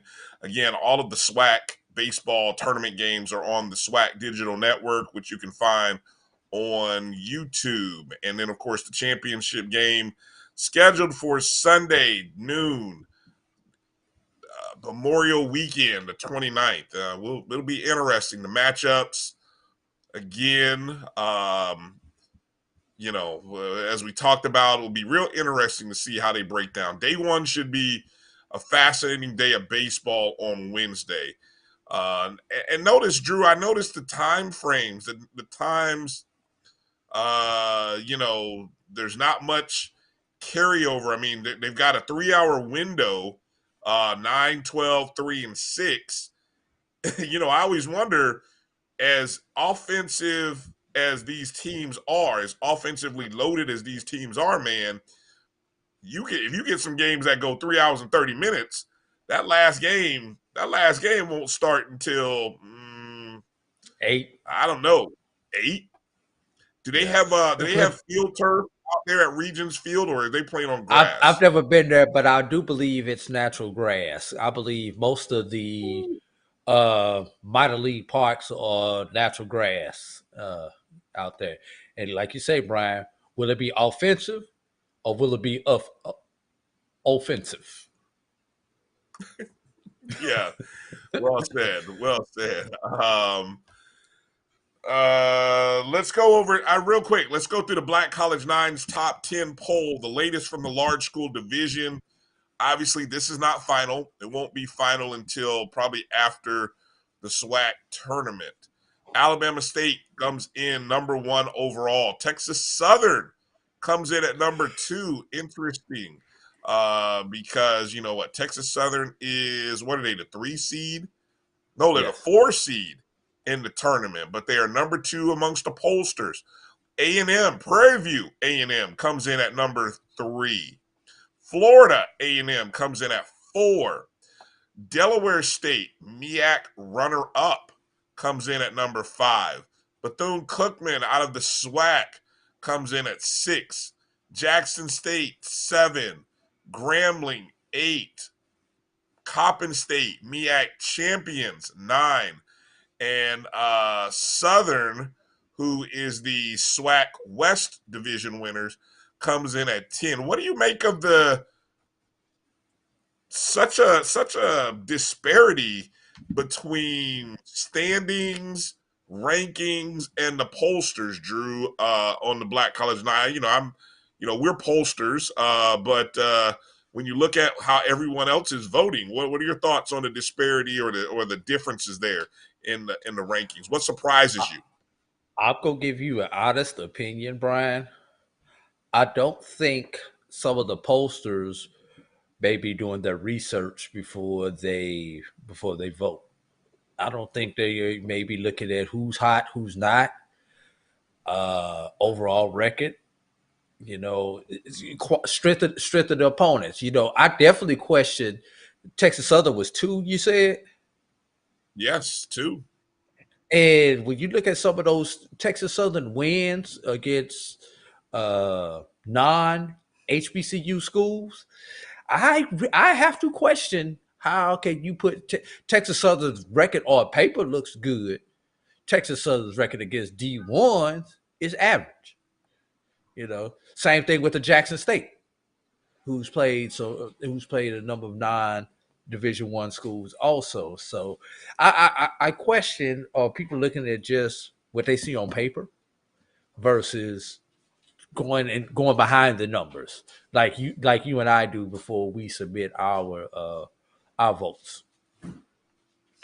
Well, the one thing as I look at, Texas Southern's schedule throughout the year, they don't play like during the heart of the conference schedule, they didn't play a lot of midweek games. I see one game here where they travel to Texas. I see a home and home. Well, actually, no, it wasn't a home and home. It was two games where they played at Kansas State. And then one game against Lamar, Tarleton State. So prior to the conference, I mean, that's five or four non-conference opponents. Now compare that to schools like Alabama State or Florida A&M, who are playing almost every week. They're playing a different opponent in the midweek. And some of them a little bit tougher than the normal SWAC opponents, or at least in terms of the outcome. But yeah, and then like you said, then you get into the non-conference, and you got a lot of NAIA schools, some FCS, or in terms of football, FCS, NAIA schools. So it is a little misleading, but that's why I said it'll be interesting to see. And then the SWAC West was just so offensive heavy. Of course, everybody picked on Alcorn when they had a chance. Who else is out there? And UAPB, UAPB, in the West. Valley in the East. Well, they remember the teams on West, they don't play the East. No, I'm saying, but the Eastern teams at Valley. Yeah, but Valley was even. I bet you anything if Valley was improved. Valley was much improved. Yeah, they were much improved. I mean, Valley, in terms of how much improved. Look, they were. And then you had an Alabama. Go ahead. What I was going to say is overall, Valley was 10-31 overall. Alcorn State was 2-39. UAPB was 13-36. I mean, so even the bottom two of the SWAC East were a little bit better than the bottom two of the West. Right. And then you had an Alabama A&M who did not have a home field for the last 6 weeks of their season. Right. And they were part of that bottom two. They did win their last two games, though. Against Alabama State.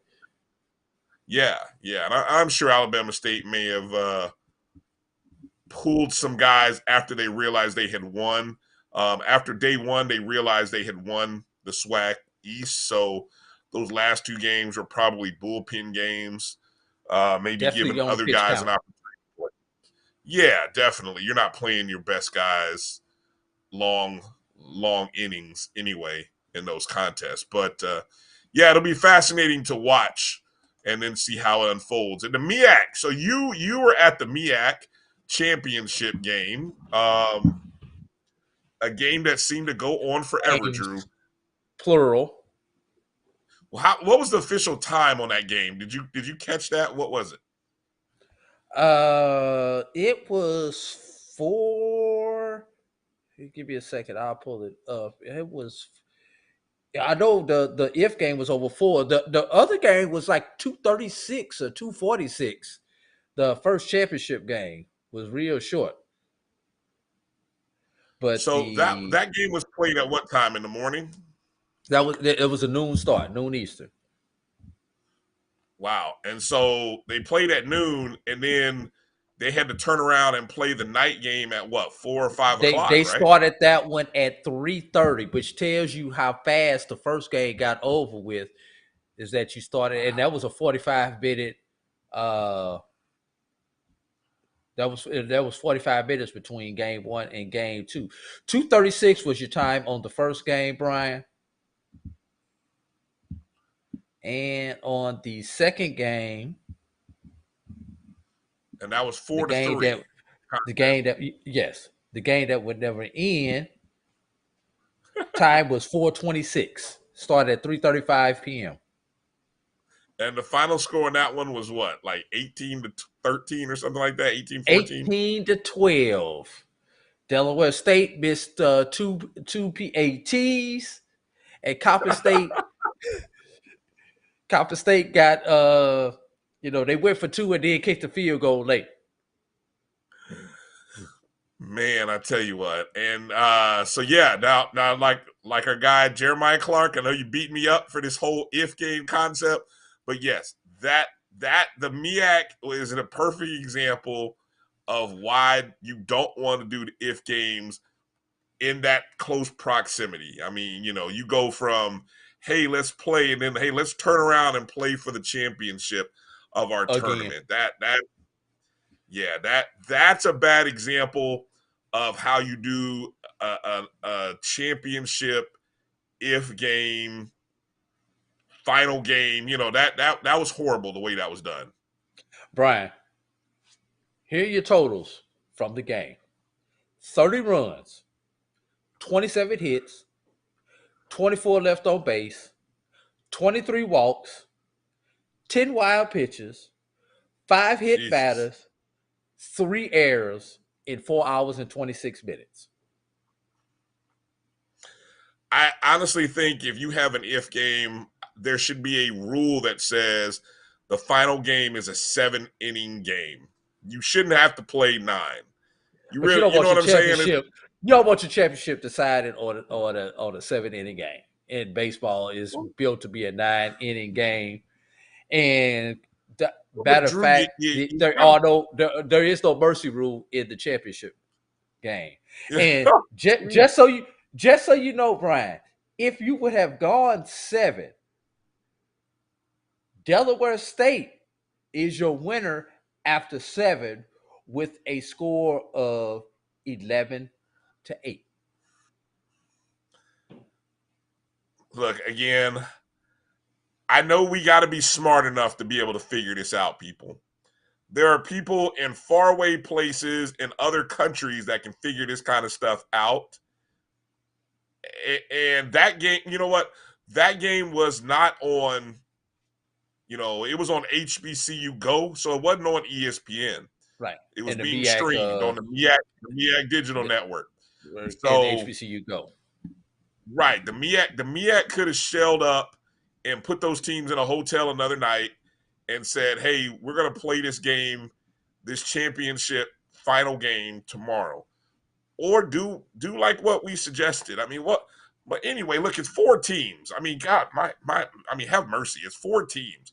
You can figure out how to spread this thing out over 4 teams. We're not talking an 8-game series, Drew. We're talking 4 teams. You could have done a round robin, 4 teams, and then 2 winners. Everybody played top 2 play. Everybody played 3 games. Everybody played It's not AAU, Brian. I mean, shit, who knows? Yeah, AAU, whatever. How do you want to call it? FIBA. If you want to make it more official, call it FIBA rules. I don't care. Come on, man. There's got to be a better way to do this. Got to be a better way, people. Got to be a better way. And God bless the BAC. I did have a chance to talk to Commissioner Steele while I was out there, and we talked for about probably about 10 minutes or so. So she's got some great ideas. Join BAC Nation. I did join BAC Nation while I was out there also, Brian. So did you really? She got me while I was there. She showed me the fancy shirt and asked me where's my contribution at, and I was like, "Here, do you take cards?" So, I couldn't walk away. She got me. I should have never started that conversation. Yeah. But hey, look, you're like, where did you go to school? Oh, I went to FAMU. Oh, well, look, you got to go ahead and buy this shirt. Oh, gotcha. Exactly. Gotcha. Exactly. Here, scan this QR code. Type in your information. They had it set up perfectly. How much was the cost again? There's a 50, I think there's a 50, 100, and there was one above that one also. I forgot what it was. Obviously, you get a few more perks with the more money that you contribute. So I did make my contribution to the to BAC Nation. Wow. Okay. Good for you. Good for you. Hey, look, one of the hot topics here, obviously, was as we think about what happened in the past week in May. More recently, over the past week, it was the comments made by Nick Saban to some Alabama. Birmingham. Uh-oh. You all right there, Drew? I'm all right, my brother. Nick Saban with his comments to the Alabama business boosters, whoever they were that he was speaking to, where he managed to get outside of himself. That's the best way I can put it. And talk disparagingly about Texas A&M, as well as mention Jackson State. So the instant reaction, obviously, you heard how Jimbo Fisher responded. I think Deion Sanders' only response was, "Let's have it out in public." I don't know if anything else has come from that. I doubt it will. Do you think there's any chance in the world Nick Saban does anything publicly, maybe on the set of their next Aflac commercial? That's where I'm going to say it happens. On the set of their next Aflac commercial, maybe they'll do a live stream from there. How about that? But do you really see any kind of public statement with Saban and Deion? I get what Coach Prime is trying to do, and good for him for doing that. But I don't think that's going to happen. Do you? Nick Saban is God in Alabama. There's Nick Saban. There's Nick Saban. Then there's Jesus. Yeah. Yeah, small G. But to a lot of people, that's the hierarchy in the state of Alabama. I'm not telling you what I'm thinking. I'm telling you what I know because I lived in the state of Alabama. But Nick Saban, to an Alabama Crimson Tide fan, does not need to apologize because what he's done is working for him. Now, how do I feel about this? This is kind of like the guy who talks about the other guy who's cheating on his wife while he's got a side piece over here. That's what this kind of seems like to me, Brian. So, and then did you see the comments from my coach, Reginald Ruffin at Tuskegee University? Yeah, that's real interesting. And he called Nick out on if you really want to talk about NIL and HBCUs and helping HBCUs out. Here's a way to do it for the ones that are here in the state, because there are 2 Division I HBCUs within the state of Alabama, 2 additional Division II HBCUs in the state of Alabama that play football. Yeah, Ruffin wrote that on his Facebook page back on the 20th, and I love the way he worded it. I mean, he basically said, "Hey, Nick Saban can walk into his AD's office at any point and say, we need to play an FCS HBCU school. Alabama State, Alabama A&M, they're right there." But I love the fact that he said. I want to see if you got. I want to see if you got the one line that raised my eyebrows. Well, and I'm reading out of Steve Gaither's article here on HBCU Game Day from earlier today. He said, "BTW, you're not going to leave Tuskegee out of it because we are going D1, and yes, I said it." I'm like, huh? That what? was the one line that. Right. So Ruffin apparently outlined a plan that would see Alabama pay $1.5 million to the state's FCS HBCUs on a rotating basis as a starting point. And he says, quote, now the AD for the University of Alabama and the head football coach, Nick Saban, will be the best advocate for all FCS HBCUs in this state. Also, the ADs at the FBS level in this state will rotate playing and pay guaranteed payday for men's and women's basketball with all the HBCUs at the FCS level. This will increase revenue for our HBCU institutions in this state and increase the budgets big time for our program. I hate to use this word, did Nick's comments get him blackballed? Not blackballed, but I don't know. It's almost a level of, I hate to use the word extortion, but it's like, whatever you want to call it, whatever fancy word, it's beautiful timing. Maybe I'm being harsh by saying blackballed or blackmailed, rather. Blackmailed or extorted. It's not the blackmail. Blackmail. Yeah, that's not the right way. I probably shouldn't say that, but it does. It does smell. It smells a little, blackmail-ish. A little bit thank you. Blackmail-ish.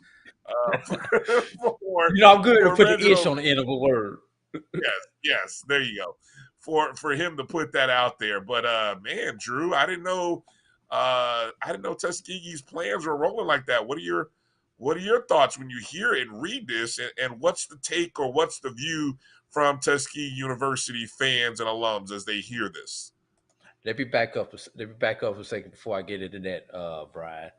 The other school in the state of Alabama, Auburn University, has played Alabama A&M and Alabama State on a rotating basis, and has even played them in basketball. And yes, Auburn has even played Tuskegee in basketball, both on the men's and the women's side. So Auburn has done what they are supposed to do as far as that, and helping out their brethren there within the state. And Auburn and University of Alabama are both state institutions. They are state schools. So this could be mandated by the governor or by a member of the legislature. Just like some in some other states, they mandate certain things with their universities. But you got 4 of those 5 schools that he mentioned are state schools. And Tuskegee is a state-related school getting a 70% allotment from the state, whereas Auburn, Alabama, Alabama State, Alabama A&M get 100%, where other private schools only get a 50%, such as a Miles College. Now that I've thrown that out, Tuskegee got a long way to go with facilities. Until Tuskegee gets on its capital campaign and improves its facilities, don't even talk about going D1. Until Tuskegee gets on gets his boosters to give the money to the athletic department to fully fund all of the sports, don't even talk to me about D1. I'm gonna leave it right there. I don't need to comment any further than that. Great vision, but I've seen the strategic plan. It's out there, but I'll just put it to you like this: the plan for the athletic department had Willie Slater's name on it. Got a new athletic director, which automatically tells you not how old this plan is, but this plan maybe within the last 3 years, but it's not current, just based on the fact that you have a different athletic director right now. Well, but the old approach wasn't working. The not talking about it and being quiet, reserved, the nature of Coach Slater, Coach Ruffin is 180 of that. So correct. If anything is going to get that fan base and that community buzzing and get them interested back into giving and saying, hey, this is what we're shooting for, I'm all for it. I'm all for it. Talk about it. Continue to talk about it. Continue to ask, where's our money going to come from? Put the plan in place. And then as these other things start to happen, everyone has a clear vision of this is where we're going to. We're raising money for this. You know what I'm saying? You can't, and that's what people want. People want to see, people want to know where their money is going towards. So by Ruffin coming out and saying this, he puts on the table where our money's going to go. Yes, you called it. Facilities have to be upgraded. All these other things have to happen, you know, and it's not going to happen in a year, 2 years. It may be 5 years, might even be 10 years before all this happens. But Ruffin won't be there by the time it happens. And no offense to Ruffin, but he would have probably have moved on to something else. Well, I mean, okay, you can. I hope Ruffin is there as a lifer, but realistically, hey, look, he's probably going to be somewhere else by the time this is there. Well, but look at his time in Miles. How long did it take before you saw Miles' improvement in facilities? Did that take 5-6 years? 7 years? It was about 5 years in before that stuff started happening at Miles. Okay, so, I mean, it's realistic for him to jump out there and say that, knowing what he knows about the Tuskegee fan base. And you've long told me about how strong the Tuskegee base is if it's on the same page. So if he's able to get everybody on the same page, if he has the proper support from administration, if all of that gets figured out, what's to say that in 5 to 7 years, you haven't seen those improvements and all those things? And yeah, hey, look, you might be able to move up to D1 or at least begin that provincial process. Right. Well, it's possible. Bryan, this is what I'm going to say. If Tuskegee moves up to D1 to become another valley, stay at D2. Yeah, but we understand. Most people don't understand valley circumstances, and I don't even know why they are what they are. But that's another show, another topic. I don't think Tuskegee will become. What have we said? Among the blue bloods of HBCU football, regardless of classification, Tuskegee is one of them. So Tuskegee's the most winningest. Tuskegee has over 100 wins more. Had over 100 wins more than the next closest. They're still 90 clear of number 2, which is Florida A&M University. Yeah. So if they move up to D1, they are the school that can do it because they've got the name and reputation behind them to do it. You know, they can do it, and they won't be like Valley. It won't be. That's apples and lettuce, so to speak. You know. All right, so Bryan, let's pick up this show and get out of here on that one. Yeah, let's get out of here on that one. So hey, we're tuned in all week to the SWAC Digital Network to watch HBCU baseball. And if we don't do anything prior to Memorial Weekend, no telling if we're going to have a show Memorial Weekend or not. You know, who knows? This Sunday we may probably won't. You know, I'll be in Birmingham. We may do an update from Birmingham while I'm in Birmingham. Yeah, why not? Why not? Let's table it and see how we feel. Maybe we'll do something Saturday. You're going to be on location. Maybe you can wrestle up some people, and if it works out, it works out. If it doesn't, it doesn't. So stay tuned to the Black College Sports Network. Obviously, the rest of this week, you've got the professors. They'll be in tomorrow night. Dr. Cavill inside the HBCU Sports Lab tomorrow night. Then on Wednesday, the O&G Strike Zone, more with Dr. Cavill's inside the HBCU Sport Lab on Thursday. Nothing planned on Friday as of right now. And then Saturday, you got Carlos Brown. So plenty of opportunities during the course of the week to interact and engage. Feel free to hit us up, Facebook, Twitter, and Instagram at MyBCSN1, the number 1. Obviously, our personal Twitter feed, you can always reach us there.